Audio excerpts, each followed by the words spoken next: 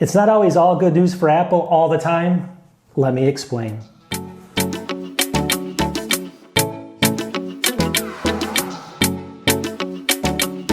All right, welcome back to my channel.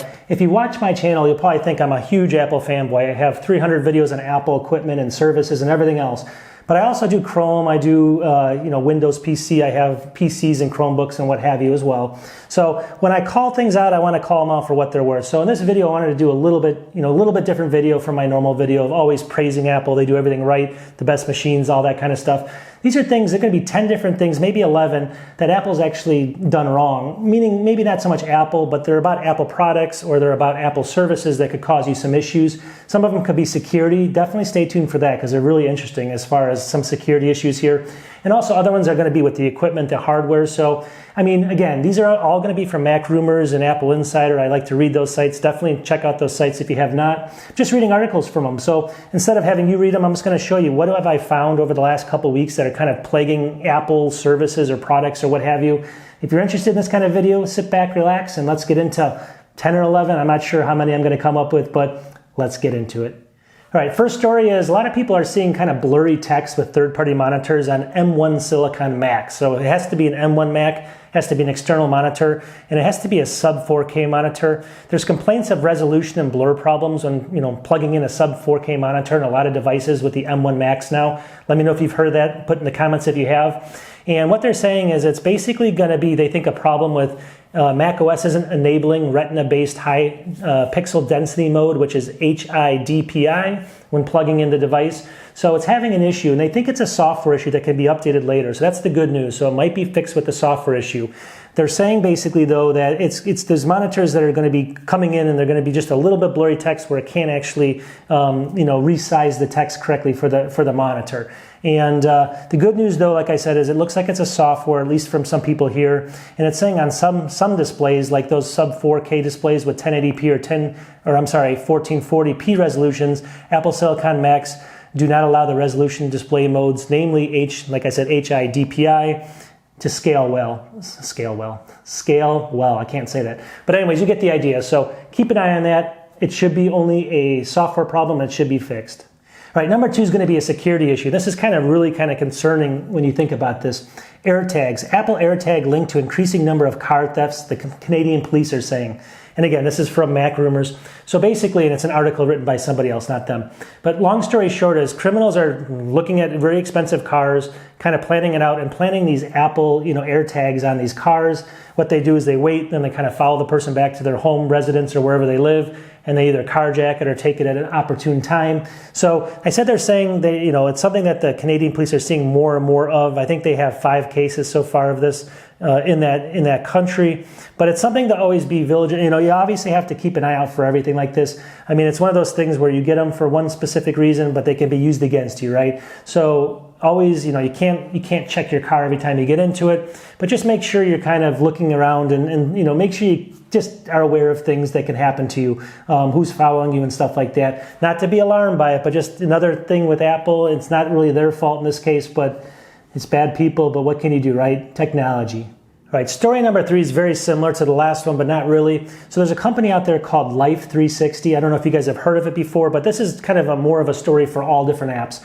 They're a big app, though, and they do precise location data to millions of users. They call them the safety for family. You can basically track your kids or track your parents or whatever you want to do with maps and know where everyone is in your family. Well, it came out just recently, and again, this is not by me. This is an article by Julie Clover at Mac Rumors. So basically, Life360 itself says it's the family safe platform, but it came out that they could possibly be selling your location data. This company could be selling it for profit. All right, so let me read the first concerning part of this article. It's really concerning, actually. One of the paragraphs in here says, the employees said that Life360 does not take precaution to ensure that location histories cannot be traced back to individuals. The most obvious user identifying information is removed, but Life360 does not aggregate data or reduce precision of privacy data. This is a problem, right? I mean, I'm just reading it from here. I don't want to be responsible. I don't know if it's true.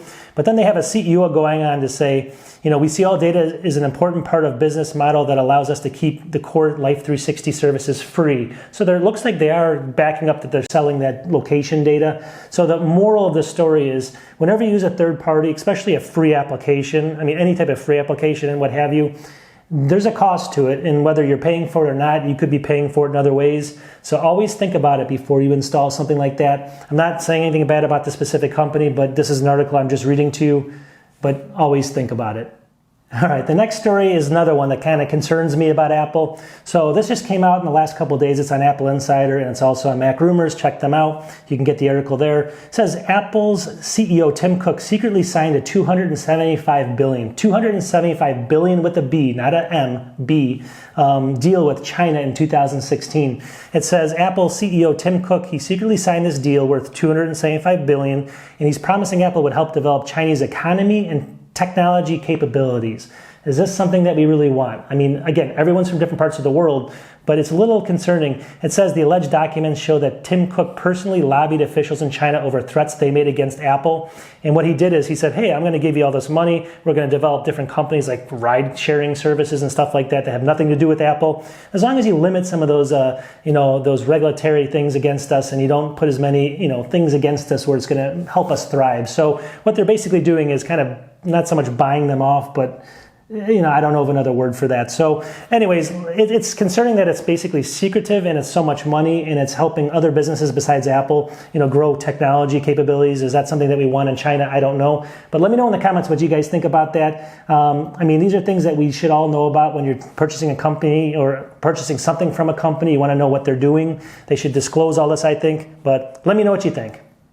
All right, the next one's going to be the 16-inch MacBook Pro users are reporting MagSafe issues. I don't know if you guys have heard of any of this stuff. Put it in the comments if you have. It's actually in clamshell mode problems, so that's usually the mode. It says for some users, the new 16-inch MacBook Pro does not always charge when completely shut down, and others are dealing with external monitors not waking up correctly in clamshell mode. Some users have revised the 16-inch MacBook Pro and have been reporting hardware issues concerning MagSafe charging and using external monitors, kind of maybe similar to what we talked about before, but a different problem. So I think it's basically giving you here, it says according to a trillionaire and staff investigating this, the Apple is aware of the issue, and Apple recommends users they charge the MacBook Pro while in sleep mode, charge the MacBook Pro with the lid open, attach the MagSafe cable before shutting down the MagSafe or the MacBook Pro.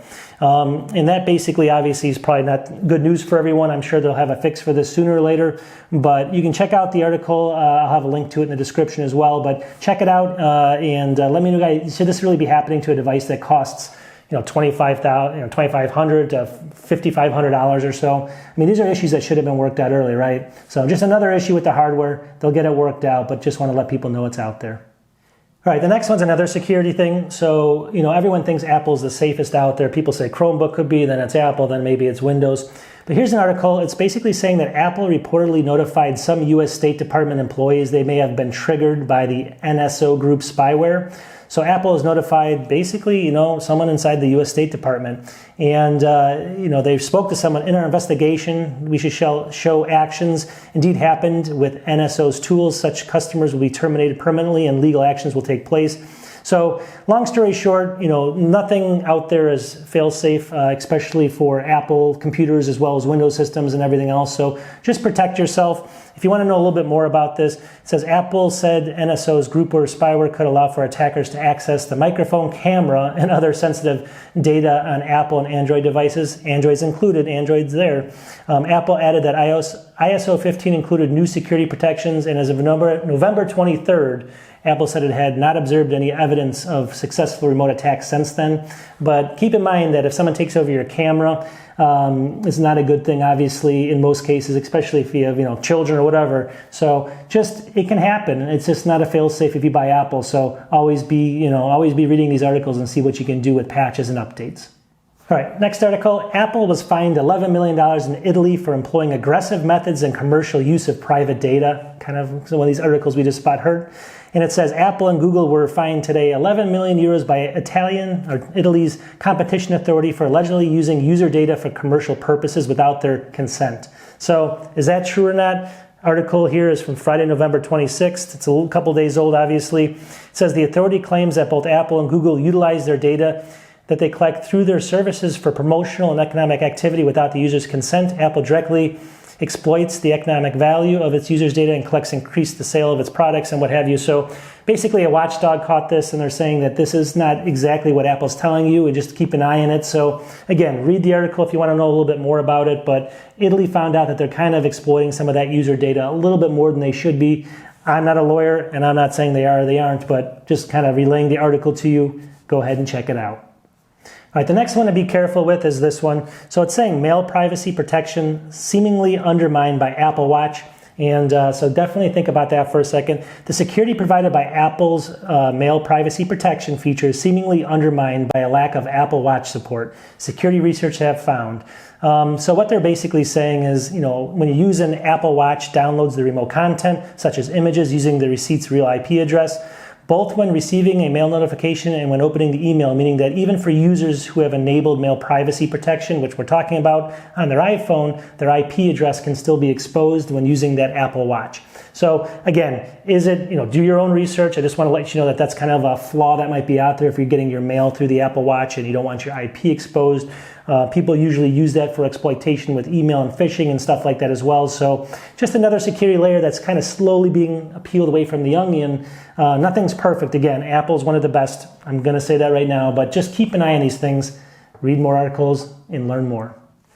And then finally, this is another article. This is going to be on Mac Rumors again. This says some SD cards are not working properly with 2021 14 and 16-inch, brand new MacBooks. And they should be, obviously, for the cost. Now, again, this could be changing. This probably is some kind of a software issue, but it's saying that the actual cards, and it's going to be listing, people are saying different things. One of them lists the certain types of cards. Other people are listing that it's all different types of cards. It's no rhyme or reason to it. If you plug in a hub, though, they work perfectly fine. If you plug them directly into the device, they're not working correctly.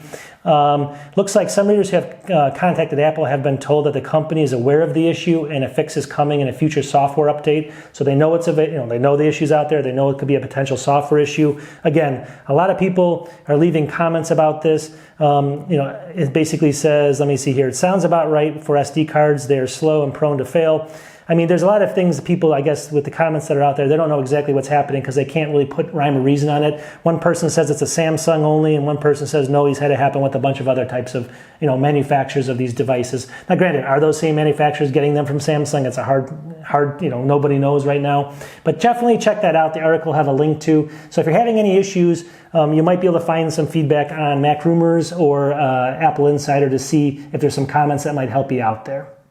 Ooh, and then there's actually one more really quickly. It says Apple loses Apple Car Senior Director of Engineering to electric aviation startup. So they must not have been paying him good enough. So if you're waiting for that Apple car, it says former Tesla alumni, he left his position as Senior Director of Engineering for the Special Projects Group at Apple. And he's going to work for a plane startup, Archer Aviation. So long story short, they lost one of their key guys for kind of the Apple car. Not all roses for Apple all the time, right? A lot of times people offer them more money, people leave, but it could put a setback if they are making a car or if they're making some kind of location services built into a car or something. Obviously this is never is a good thing for a big company like this when they lose some of their key brain power. All right, well, thanks for watching. So if you're like me and you like to hear a couple bad things every once in a long while about Apple, right? You don't always want it to always be good because they have issues. I want to disclose some of the issues. I'm not responsible for what these people are saying. I'm just reading them off these articles. I'll have links to the articles. But at the end of the day, there is issues with Apple sometimes, and it's good to know about them so you can get them fixed. You can contact Apple. You can keep an eye out if something's not working correctly. So also, obviously, your protection of your own data and security and not getting carjacked. So, right? Anyways, at the end of the day, let me know if you guys like these. Sit back and relax. And, instead of reading the articles yourself, I'll go ahead and just kind of show you a couple of them, right?